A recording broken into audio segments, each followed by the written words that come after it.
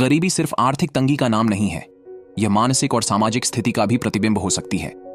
जब कोई इंसान अपने जीवन में बदलाव लाने की ठानता है और सही दिशा में कदम बढ़ाता है, तो कुछ खास संकेत मिलते हैं जो यह दिखाते हैं कि गरीबी का अंधेरा धीरे धीरे छंटने लगा है। ये संकेत सिर्फ बाहरी हालातों में बदलाव का प्रतीक नहीं होते, बल्कि व्यक्ति की सोच, उसकी कार्यशैली और उसके दृष्टिकोण में भी सकारात्मक बदलाव का इशारा करते हैं। नमस्कार दोस्तों, आपका स्वागत है द बुधा स्टोरी चैनल पर। अगर आपको यह कहानी पसंद आए तो इसे लाइक करें और चैनल को सब्सक्राइब करना न भूलें। तो चलिए बिना देरी किए आज की कहानी शुरू करते हैं। गांव के एक छोटे से कोने में रामू अपने माता पिता और भाई बहनों के साथ एक कच्चे मिट्टी के घर में रहता था। उसका परिवार बेहद गरीबी में जीवन व्यतीत कर रहा था। रामू के पिता हरिया एक छोटे किसान थे। उनकी जमीन इतनी कम थी कि उससे पूरे परिवार का गुजारा करना मुश्किल था। हरिया सुबह से शाम तक खेतों में मेहनत करता, लेकिन उपज इतनी कम होती कि साहूकार का कर्ज चुकाने के बाद कुछ बचता ही नहीं। रामू की मां गंगा एक साधारण गृहिणी थी। वे घर संभालने के साथ साथ दूसरों के खेतों में मजदूरी करके कुछ पैसे कमाने की कोशिश करती। रामू परिवार का सबसे बड़ा बेटा था। उसके दो छोटे भाई मोहन और श्याम और एक बहन राधा थीं। बचपन से ही रामू पर जिम्मेदारियों का बोझ आ गया था। उसकी मां अक्सर उससे कहती, बेटा तू बड़ा है, तुझे अपने भाई बहनों का ख्याल रखना है। जब तक तू है इस घर में उम्मीद है। यह सुनकर रामू ने अपने छोटे छोटे सपनों को भूलकर परिवार की जिम्मेदारियों में खुद को झोंक दिया। उसका परिवार दिन रात मेहनत करता, लेकिन गरीबी का साया कभी उनका पीछा नहीं छोड़ता। एक दिन आसमान में घने बादल छा गए। हरिया और रामू दोनों खेत में काम कर रहे थे। फसल कटाई के लिए बस कुछ ही दिन बचे थे और पूरा परिवार इस उम्मीद में था कि इस बार फसल अच्छी होगी। लेकिन शाम होते होते तेज हवाएं चलने लगीं। हरिया ने आसमान की ओर देखते हुए चिंतित स्वर में कहा, रामू, लगता है आंधी आने वाली है। जल्दी से खेत के किनारे रखा अनाज संभाल लें। रामू ने अपनी पूरी ताकत लगाकर अनाज को बचाने की कोशिश की, लेकिन जैसे जैसे रात गहरी होती गई, आंधी तेज हो गई। बारिश के साथ ओले गिरने लगे और देखते ही देखते खेत की पकी फसल जमीन पर बिखर गई। सुबह जब आंधी थमी तो हरिया और रामू ने खेत में जाकर देखा। आधा खेत पूरी तरह तबाह हो चुका था। हरिया निराश होकर खेत के बीच बैठ गया। उसने सिर पकड़कर कहा, रामू, अब तो साहूकार का कर्ज चुकाना भी मुश्किल होगा। हम क्या करेंगे? रामू ने अपने पिता को संभालते हुए कहा, पिताजी, रोने से कुछ नहीं बदलेगा। हमें फिर से मेहनत करनी होगी। आप देखना, एक दिन हम इस गरीबी से बाहर निकलेंगे। लेकिन उसकी आवाज में छिपी कंपकंपी उसके भीतर के दर्द को छिपा नहीं सकी। फसल के आधे हिस्से के खराब हो जाने के बाद घर में अनाज की किल्लत हो गई। कई दिन ऐसे गुजरे जब परिवार को सिर्फ उबला पानी और नमक के सहारे गुजारा करना पड़ा। एक रात जब घर में केवल 2 रोटियां बची थीं, रामू ने अपनी मां से कहा, मां, ये रोटियां छोटे भाई बहनों को खिला दो, मुझे भूख नहीं है।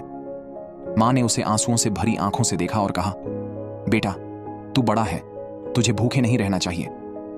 लेकिन रामू ने जबरन मुस्कुराते हुए मां को मना लिया और रोटियां राधा और श्याम को खिला दी। रात में जब रामू सोने गया तो भूख के मरोड़ उसे सोने नहीं दे रहे थे। यह सब राधा ने देख लिया। अगली सुबह राधा ने पूछा, भैया तुमने खाना क्यों नहीं खाया? रामू ने उसे गले लगाते हुए कहा, तुम्हारे पेट भरने से मुझे सुकून मिलता है। कुछ दिनों बाद रामू की मां गंगा तेज बुखार से पीड़ित हो गई। घर में इतने पैसे नहीं थे कि डॉक्टर को बुलाया जा सके। मजबूरी में हरिया को अपनी इकलौती गाय बेचनी पड़ी।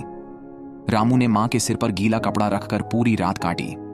उसने पिता से कहा, पिताजी, हम मां को ठीक करने के लिए जो भी कर सकते हैं करेंगे, लेकिन एक दिन हमें इस गरीबी को हराना होगा।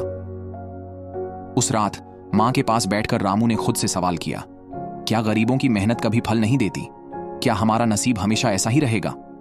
मां ने उसकी ओर देखते हुए कहा, बेटा, मेहनत कभी बेकार नहीं जाती, बस हमें समय का इंतजार करना होगा। इन कठिन परिस्थितियों ने रामू को और मजबूत बना दिया। वह जानता था कि गरीबी से लड़ने के लिए उसे अपनी मेहनत और उम्मीद को जिंदा रखना होगा। रामू बचपन से पढ़ाई में अच्छा था, स्कूल का सबसे तेज छात्र था, लेकिन गरीबी ने उसकी पढ़ाई छीन ली। मां ने रोते हुए कहा, बेटा हमें माफ कर दे, अब तेरा स्कूल जाना संभव नहीं है। रामू ने मां को दिलासा दिया, लेकिन अंदर से वह बुरी तरह टूट चुका था। उसने अपने सपनों को कुर्बान कर खेतों में काम करना शुरू कर दिया। गांव के लोग रामू की मेहनत देखकर कहते, यह लड़का होनहार है, इसका भाग्य एक दिन जरूर बदलेगा।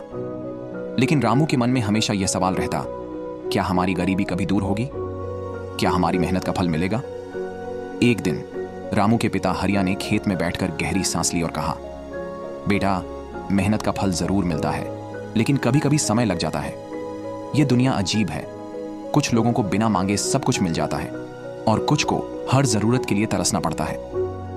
रामू ने महसूस किया कि पिता की बातें उनकी थकान और निराशा का प्रतीक थीं, लेकिन उसके भीतर कुछ और था, एक चिंगारी जो बुझने को तैयार नहीं थी।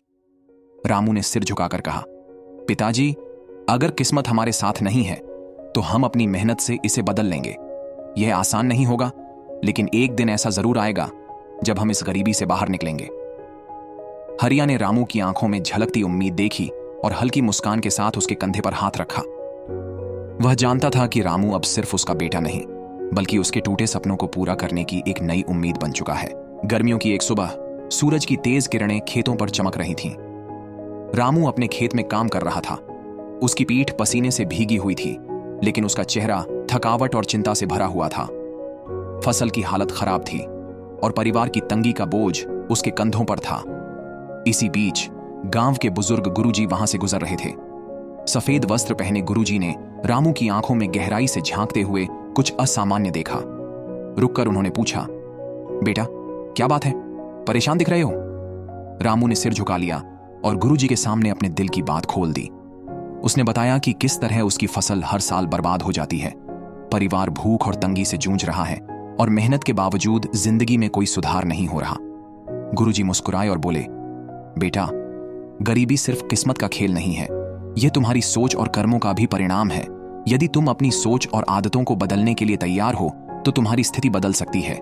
याद रखो, जो तुम्हारे पास है वह तुम्हारी मेहनत और दृष्टिकोण का नतीजा है। गुरुजी की ये बातें रामू के दिल में गहराई तक उतर गईं। उसने उसी पल ठान लिया कि अब वह अपनी सोच और आदतों में बदलाव लाएगा। पहला संकेत, अनुशासन और धैर्य। गुरुजी ने रामू से पूछा, तुम्हारी सबसे बड़ी समस्या क्या है? रामू ने कहा, गुरुजी, मैं जितनी मेहनत करता हूं उतना फल नहीं मिलता। लगता है कि गरीबी मेरी किस्मत में है। गुरुजी मुस्कुराए और बोले, क्या तुमने कभी सोचा है कि मेहनत के साथ अनुशासन और धैर्य क्यों जरूरी है? जब इंसान अपनी आदतों में अनुशासन लाता है और जल्दबाजी छोड़कर धैर्य से काम करता है तो यह संकेत है कि गरीबी दूर होने वाली है। रामू ने इस पर ध्यान दिया और अपनी दिनचर्या में अनुशासन लाने का निश्चय किया। अब वह हर सुबह जल्दी उठकर दिन की योजना बनाता और अपने काम को पूरी लगन और धैर्य के साथ करता। उसने महसूस किया कि अनुशासन और धैर्य उसे किसी भी कठिनाई से लड़ने की ताकत देते हैं। दूसरा संकेत, नए अवसरों का आगमन। कुछ महीनों बाद रामू की फसल इस बार अच्छी हुई, लेकिन उसे बेचने के लिए सही बाजार नहीं मिल रहा था। वह परेशान था। तभी गांव में एक व्यापारी आया जिसने रामू की फसल खरीदने का प्रस्ताव दिया। रामू ने गुरुजी से पूछा, गुरुजी, यह कैसे हुआ? गुरुजी बोले, जब तुम्हारे जीवन में नए अवसर आने लगें तो समझो कि गरीबी दूर होने की शुरुआत हो चुकी है। लेकिन याद रखना, अवसरों को पहचान कर उनका सही तरीके से उपयोग करना जरूरी है। रामू ने व्यापारी से मित्रता की और उससे सीखा कि अपने उत्पादों को और अधिक बाजारों तक कैसे पहुंचाया जा सकता है। इसके बाद उसने बांस से टोकरियां बनानी शुरू की और उन्हें आसपास के गांवों में भी बेचना शुरू किया। तीसरा संकेत, सोच में बदलाव। रामू को अब समझ आने लगा कि सिर्फ खेती पर निर्भर रहने से उसकी तरक्की सीमित रहेगी। उसने सोचा कि उसे कुछ नया करना चाहिए। उसने बांस से टोकरियां बनाना शुरू किया और बाजार में बेचने लगा। गुरुजी ने कहा, जब इंसान की सोच संकीर्णता से बाहर निकलकर नई दिशा में बढ़ने लगे तो यह गरीबी दूर होने का तीसरा संकेत है। सोच का विस्तार ही सफलता का द्वार खोलता है। रामू ने खेती और व्यवसाय को साथ मिलाकर अपनी आय के नए स्रोत बनाए। अब उसकी स्थिति पहले से काफी बेहतर हो गई थी। चौथा संकेत, दूसरों की मदद का भाव। रामू ने अपने गांव के अन्य किसानों को भी खेती और व्यवसाय के नए तरीके सिखाए। उसने उन्हें बताया कि अनुशासन और मेहनत से कैसे जीवन बदला जा सकता है। धीरे धीरे गांव के बाकी लोग भी रामू से प्रेरित होकर अपनी सोच और आदतों में बदलाव लाने लगे।